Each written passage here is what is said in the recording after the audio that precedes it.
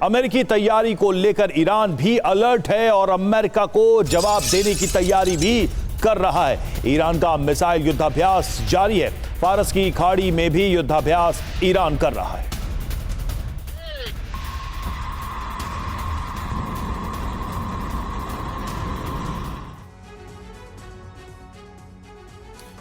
तो ईरान ने अमेरिका के सामने सरेंडर करने से इनकार कर दिया है, तो अब उसके पास सिर्फ और सिर्फ दो विकल्प बचे हैं।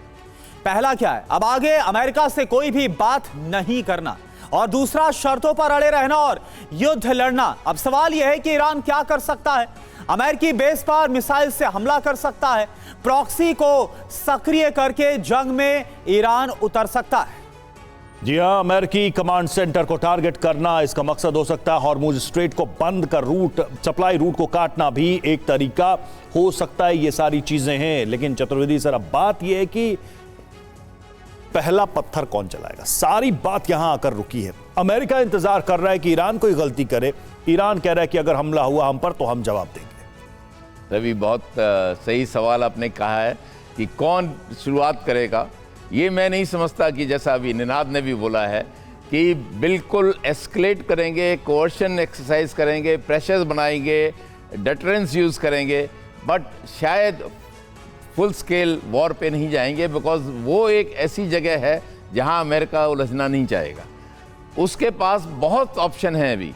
अभी ये अब्राहम लिंकन वगैरह मूव किया है, और भी डिप्लोमेटिक टैरिफ वॉर चल रही है, और भी तरीके हैं जिससे वो कोर्शन कर सकता है। मैं समझता हूं कि उसका मेन आज के दिन जो मकसद है रिजीम चेंज है, और it's a matter of time, may be 4, 5, 6 months from now regime change Iran में होना है, और उसके बाद सब कुछ अपने प्लेस में आ जाएगा। अच्छा चतुर्वेदी सर, जो और सैंक्शंस का लगा दिए गए हैं शुक्रवार को बातचीत के बाद ही, क्या उसका कोई असर होगा, इस पर हम बात करेंगे।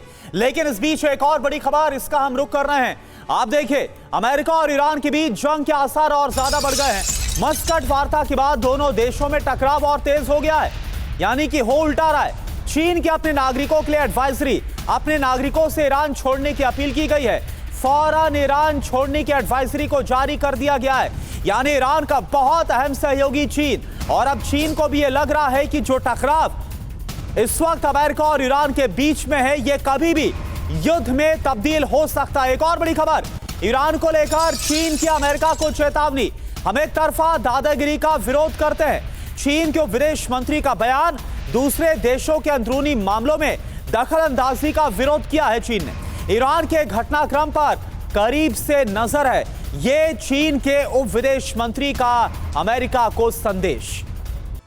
तो ईरान के साथ चीन अरब विनाश का क्या बन रहा है सीन, सवाल तो यही है। देखिए चीन की चेतावनी क्या है। सबसे पहले ये देखिए, अमेरिका की दादागिरी बर्दाश्त नहीं करेंगे, ये चीन ने कहा है। किसी भी देश में दखल अंदाजी का विरोध चीन की तरफ से किया जा रहा है। आशंका क्या है, ईरान पर हमला कर सकता है अमेरिका, इसकी आशंका बनी है, और इस वजह से चीन का भी यह बयान आया है। ईरान में फिर प्रदर्शन भड़काने की साजिश भी चल रही है, तख्ता पलट की भी संभावना जताई जा रही है। बड़ी बात यह है कि चीन ने अपने नागरिकों से ईरान छोड़ने को कहा है, तो सीधे तौर पर चीन को यह लगता है कि ऐसी स्थिति बन सकती है। इसकी संभावनाएं पूरी तरह से दिखाई दे रही हैं कि यह हमला होगा। निनाद सर, कुल मिलाकर अगर देखा जाए, जो विश्व शक्तियां हैं वो वाकई में गंभीर हैं इस वॉर में एंटर करने के लिए, या फिर ये सिर्फ एक पोस्चरिंग है चीन की तरफ से, रूस की तरफ से। हमने देखा कोई भी सीधे युद्ध में जाना तो चाहता नहीं है, बातें चाहे कोई कुछ भी कर ले।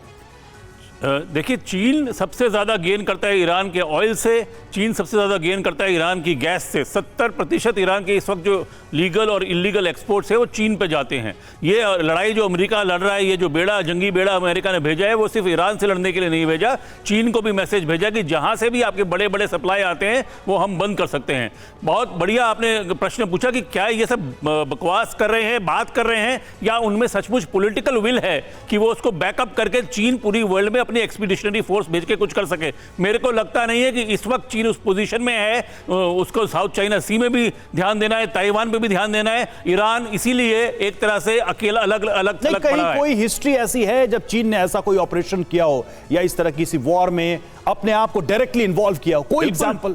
जब चीन रिवॉल्यूशन के बाद, जब 1950 में गरीब देश था, कुछ भी नहीं था चीन के पास, तब उसने 1950 में अमेरिका को कहा था, जो उन्होंने सेकेंड वर्ल्ड वॉर जीता था, सुपर पावर थे, चीन बहुत गरीब था उसमें, इंडिया से भी गरीब था, कि हम आपको कोरिया में नहीं आने देंगे।